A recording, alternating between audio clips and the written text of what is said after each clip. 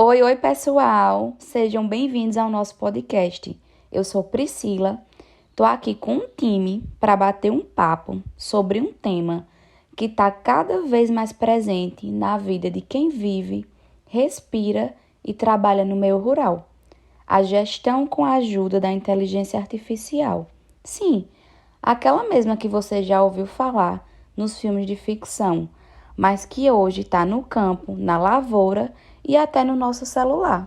Mas antes de sair voando com drones e sensores, vamos dar um passinho para trás? Porque para entender como a IA pode mudar tudo, a gente precisa lembrar como começou essa história de administrar. Lá atrás, pensadores e estudiosos tentaram entender como organizar melhor o trabalho, como fazer as coisas funcionarem com mais eficiência e como lidar com gente. Foi aí que surgiram as famosas escolas da administração, cada uma delas com uma ideia diferente sobre como comandar, liderar e melhorar os processos dentro de uma organização. Hoje, a gente vai conversar sobre 5 dessas escolas: a clássica, a científica, a comportamental, a sistêmica e a contingencial. Pode parecer um assunto de um livro antigo, mas elas continuam super atuais, inclusive nas fazendas e nas propriedades do Brasil afora. Agora junta isso com a tecnologia moderna, tipo inteligência artificial, sensores, algoritmos, e temos um novo cenário no campo, mais moderno, mais inteligente e, por que não, mais sustentável. E é justamente sobre isso que a gente vai falar nesse episódio. Como essas teorias clássicas ainda fazem sentido hoje e como a IA pode somar com tudo isso para transformar a administração rural. Então fica com a gente porque o papo tá só começando e promete ser bom demais. Fala galera, eu me chamo Tatiane Miranda e agora vamos falar um pouco sobre as escolas que deram origem ao pensamento administrativo moderno, que foram as escolas clássicas e a científica. A escola clássica foi criada por Henry Fayol e ela tinha como foco principal a estrutura organizacional. Porque Fayol acreditava que uma empresa, ou como visando eu como agrônomo, uma fazenda que só funciona bem se tiver uma hierarquia clara, uma divisão de funções bem definida e princípio como disciplina, autoridade e uma unidade de comando. Já a escola científica criada por Frederick Taylor nasceu com um objetivo muito claro: aumentar a produtividade. Taylor defendia que, por meio de uma observação e de análise científica dos métodos de trabalho, seria possível encontrar, entre aspas, uma melhor forma de realizar cada tarefa. Agora pense comigo, essas ideias se aplicam no campo? Claro, com certeza, né? Por exemplo, em muitas propriedades rurais, o trabalho é dividido entre quem planta, quem cuida da irrigação, quem colhe e quem toma as decisões. E isso é falho puro. Já no caso da escola científica, a gente vê o reflexo dela na mecanização, como os tratores, as colhedeiras, sistema de irrigação automáticos, e tudo isso nasceu em uma busca por mais eficiência e mais facilidade do trabalho do homem no campo, do agrônomo do campo. E ainda tem mais, com a tecnologia atual, a gente consegue medir tempo de trabalho, rendimento por hectare e custo de produção em tempo real. Se Taylor estivesse vivo, com certeza usaria drones e sensores para calcular o melhor jeito de plantar soja e milho. Ou seja, essas duas escolas continuam muito presentes, mas agora com uma ajudinha da tecnologia. Olá pessoal, aqui quem fala é Bruno. Agora vamos mudar um pouco o foco da conversa. Até agora vimos que as primeiras escolas da administração estavam muito preocupadas com a estrutura e com a eficiência do trabalho, mas com o tempo os estudiosos começaram a perceber que havia algo essencial que estava ficando de lado: as pessoas. É aí que entra a escola comportamental, que surgiu por volta dos anos 1930, com os nomes como Elon Mayo e Abraham Maslow. Essa escola trouxe uma mudança importante. ela passou a enxergar os trabalhadores não apenas como peças da engrenagem, mas como seres humanos com sentimentos, motivações, necessidades sociais e emocionais. Ou seja, começou-se a estudar o comportamento humano dentro das organizações. E quando a gente leva isso para o campo, faz todo sentido. A administração de uma fazenda ou de uma propriedade rural não depende só de máquinas, solo fértil e tecnologia. Depende principalmente de gente que planta, que colhe, que cuida do gado, que oferece os equipamentos e que está ali todos os dias enfrentando sol forte, chuva, incerteza do clima e do mercado. Pense só, uma fazenda onde os trabalhadores são ouvidos, valorizados, recebem treinamento e se sentem parte do negócio, tende a ser muito mais eficiente e harmônica, e não só produtividade.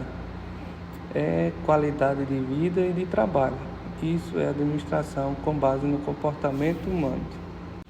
Um exemplo bem claro disso é quando o proprietário cria espaço de diálogo com a equipe, oferece moradia digna, horários mais flexíveis na época da colheita, promove integração com as famílias ou até mesmo programas de participação nos lucros. Em várias regiões do Brasil, especialmente no Sul, já existem propriedades familiares que adotam esse tipo de gestão e os resultados são visíveis. Menos rotatividade de trabalhadores, mais compromisso e até melhoria nos indicadores de produção. Outro ponto importante é que a escola comportamental trouxe o reconhecimento nas necessidades humanas em diferentes níveis, como explicou Maslow com a sua famosa pirâmide.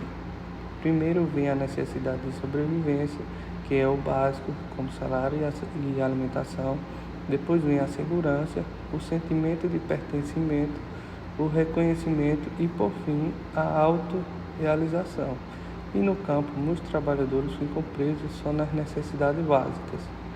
Quando a administração é mais humana, é possível motivar os trabalhadores e fazer com que eles alcancem níveis mais altos dessa pirâmide, como se sentirem úteis, realizados e valorizados.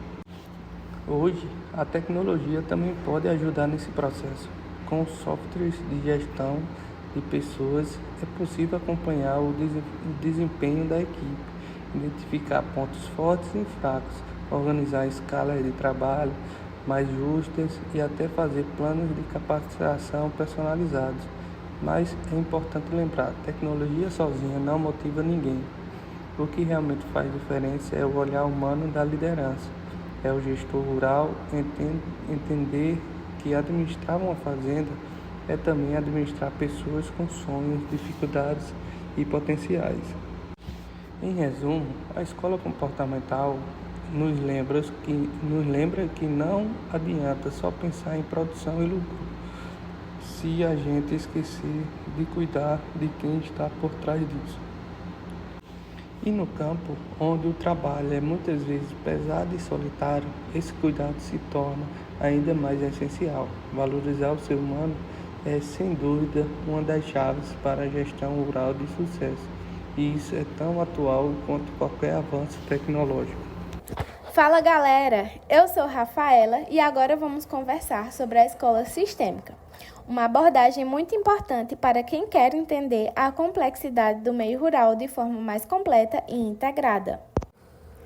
Diferente de outras escolas que analisam os elementos de forma separada, a escola sistêmica vê a organização, no nosso caso o sistema agropecuário, como um conjunto de partes interdependentes que funcionam em harmonia. Em outras palavras, tudo está conectado. Solo, clima, água, sementes, fertilizantes, trabalhadores, maquinário, logística, mercado, políticas públicas. Enfim, tudo isso forma um grande sistema. E quando uma parte muda, o resto é afetado, seja de forma positiva ou negativa. Um exemplo simples. Imagine uma mudança brusca no clima, como uma seca ou uma geada fora de época. Isso pode comprometer diretamente a produção agrícola, o que gera uma queda na colheita, diminui o lucro do produtor e pode acabar afetando os investimentos futuros, seja na compra de novos equipamentos, na contratação de mão de obra ou até na adoção de tecnologias mais modernas. Bom, essa visão sistêmica também ajuda a entender que o agricultor ou o gestor rural precisa considerar múltiplas variáveis ao mesmo tempo. Ele não pode decidir com base só no preço do adubo ou da semente, por exemplo. Precisa avaliar como isso impacta o solo, como está o clima previsto, qual é o calendário agrícola da região, como está a demanda no mercado e qual o apoio do governo. Tudo isso precisa ser analisado em conjunto. A força da escola sistêmica está justamente nessa capacidade de enxergar o todo e prever os efeitos em cadeia de cada decisão. Então, é aí que a tecnologia entra com força total. Com o avanço da inteligência artificial e da agricultura 4.0, a abordagem sistêmica ganhou ferramentas muito poderosas. Hoje, é possível usar sensores no solo para medir umidade e nutrientes em tempo real, estações meteorológicas inteligentes para prever mudanças climáticas com mais precisão e softwares de gestão rural que integram todas essas informações. Então, esses dados ajudam a fazer um planejamento mais eficiente e a tomar decisões baseadas em evidências e não apenas na intuição ou na experiência. E o melhor, como esses sistemas conversam entre si, o produtor consegue enxergar o impacto de uma ação específica sobre todo o sistema de produção. Além disso, essa visão também pode ser usada em políticas públicas e na extensão rural. Quando o governo ou uma cooperativa adota essa abordagem, consegue entender melhor as reais necessidades dos produtores e propor soluções mais sustentáveis e eficazes, tanto do ponto de vista econômico quanto ambiental e social. Então, resumindo, a escola sistêmica é essencial para quem quer trabalhar com a agronomia de forma moderna, eficiente e consciente. Ela nos ensina que o campo não é feito de peças soltas, mas sim de um sistema vivo, dinâmico e interdependente, onde cada escolha faz a diferença. Olá, pessoal. Eu sou o Alisson e vou falar um pouco sobre a escola contingencial. Essa escola parte do princípio de que não existe nenhuma única maneira de administrar que funcione para todos. Ao contrário disso, ela nos diz que cada situação e cada desafio depende de um contexto. Em outras palavras, a eficácia ela não é um tipo de uma fórmula mágica ou um livro de receita universal. A solução é se adaptar e precisar olhar para a realidade e entender suas particularidades, e só então desenhar a melhor estratégia. Isso significa que copiar cegamente modelos de sucesso de outras organizações ou regiões pode ser um erro. E se pensarmos no campo, no agronegócio, essa perspectiva faz um sentido enorme. Uma fazenda aqui no sertão nordestino, como Serra Talhada, por exemplo, enfrenta desafios muito diferentes de uma propriedade lá no sul. Pensa aqui comigo, o tipo de solo. Aqui temos solos mais jovens e rasos, enquanto no sul, geralmente mais férteis e profundos. Tudo isso muda a forma como a gestão precisa ser feita. Não se pode aplicar o mesmo plano de manejo de culturas ou a mesma estratégia de mercado em realidades tão distintas. É preciso considerar a cultura local, o perfil da mão de obra disponível e as cadeias de suprimentos regionais. E é exatamente nesse ponto que a inteligência artificial, a IA, entra como uma ferramenta poderosa e transformadora. Com a IA, conseguimos processar e analisar uma quantidade imensa de dados específicos de cada propriedade rural. Isso nos permite tomar decisões verdadeiramente sob medida, personalizadas para cada tipo de fazenda, para cada tipo de lavoura. Um software inteligente, por exemplo, pode não apenas sugerir diferentes cultivares mais adequados ao solo e ao clima local, mas também indicar as épocas de plantio mais favoráveis considerando as projeções climáticas e históricas de produtividade. Ele pode otimizar métodos de irrigação, calculando a quantidade exata de água necessária para cada tipo de cultura e solo, evitando desperdícios e maximizando o rendimento.